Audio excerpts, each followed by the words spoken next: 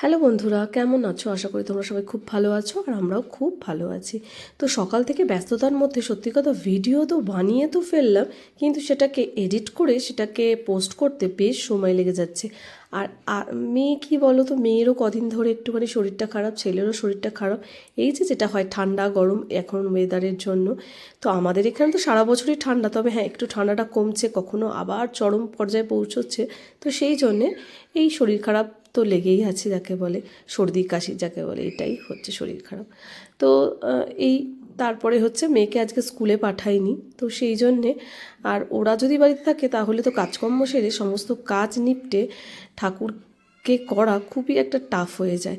তো সেই জন্য ওদেরকে আগে স্নান টান করে ওদের খাওয়াতে বসিয়ে দিয়ে এবারে আমি এসে গেছি ঠাকুরকে কাজ করা, মানে ঠাকুরকে আর কি সুন্দর করে সাজাবো বলে। আর ঠাকুরকে একটু সুন্দর করে সাজালে কিন্তু মনটা বেশ ভালো লাগে। আমার তো খুব খুব ভালো লাগে, আমার কেন সব মানুষেরই তাই। ঠাকুরকে একটু সুন্দর করে সাজালে যেন কি সুন্দর লাগে, যেন মনটা ভরে যায় আর মন থেকে যেন তৃপ্তও হয়। তো এই শাড়িটা আমি বানিয়ে দিয়েছি মা লক্ষ্মীর জন্যে, কেমন হয়েছে অবশ্যই জানিও। তো চলো মাকে আজকে সুন্দর করে সাজিয়ে নিই। আর মাকে আজকে হচ্ছে এই যে স্কাই কালারের একটা বেনারসি পরাচ্ছি, আকাশি রঙের, তুতে কালারেরও বলতে পারো। তো দেখো কেমন লাগছে মাকে, খুব সুন্দর লাগছে না? তো তারপরে কলকাতা থেকেও বেশ কয়েকটা গয়না আমি কিনে নিয়ে এসেছিলাম, তো সেইগুলোও আজকে ভাবছি মাকে পরাবো। তোমরা তো দেখতেই পাও মাকে যখন মাঝে মাঝে সাজাই, তো এই গয়নাগুলো এখন বেশ ভালো লাগছে। সত্যি কথা, ঘুরিয়ে ফিরিয়ে পাল্টে এই গয়নাগুলো পরাতে বেশ লাগে, কিন্তু একদম যেন জমজমাট লাগে। যখন গয়না দিয়ে শাড়ি দিয়ে মাকে সুন্দর করে সাজিয়ে দিই, মাও যেন খুশি খুশি মনে হয় মনটা দেখে, আর আমারও আনন্দে মনটা ভরে যায়, কি সুন্দর লাগে। আর তোমাদের তো বলি, যখনই আমার মনটা একটু করে কি একটু দেখে আসি যে মা কি করছে, একটু মায়ের হাসি মুখটা দেখে আসি, এই আর কি। কাজের ফাঁকে ফাঁকে এই সমস্ত কাজগুলো করা। আর আমরা যারা গৃহবধূ তাদের তো আর কাজের শেষ নেই, একটা ছেড়ে একটা কাজ, একটা ছেড়ে একটা কাজ, কোনটা ছেড়ে কোনটা করব। আর এত বেশি কাজ মাঝে মাঝে তো মনে হয় চোখটা বন্ধ করে নিই কোনো কোনো কাজের ক্ষেত্রে, কিন্তু তা তো হয়ে ওঠে না। তারপরে রয়েছে এই যে ছেলে মেয়েকে পড়ানো একটা বিষয়।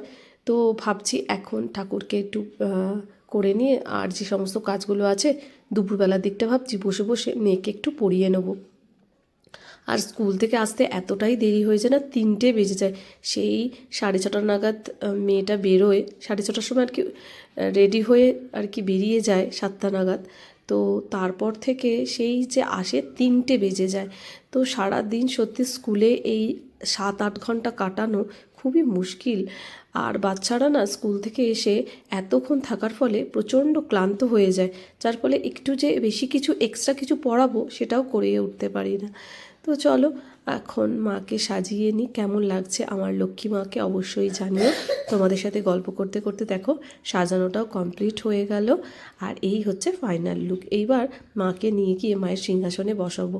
আসলে এখানে বসিয়ে সাজালে বেশ ভালো লাগে। প্রথমে আমি ভালো করে মুছে টুছে নিয়ে একদম ভালো করে তারপরে মাকে বসিয়ে আমি এই সমস্ত কাজগুলো সেরে নিই, একটু ফাঁকাভাবে বসে।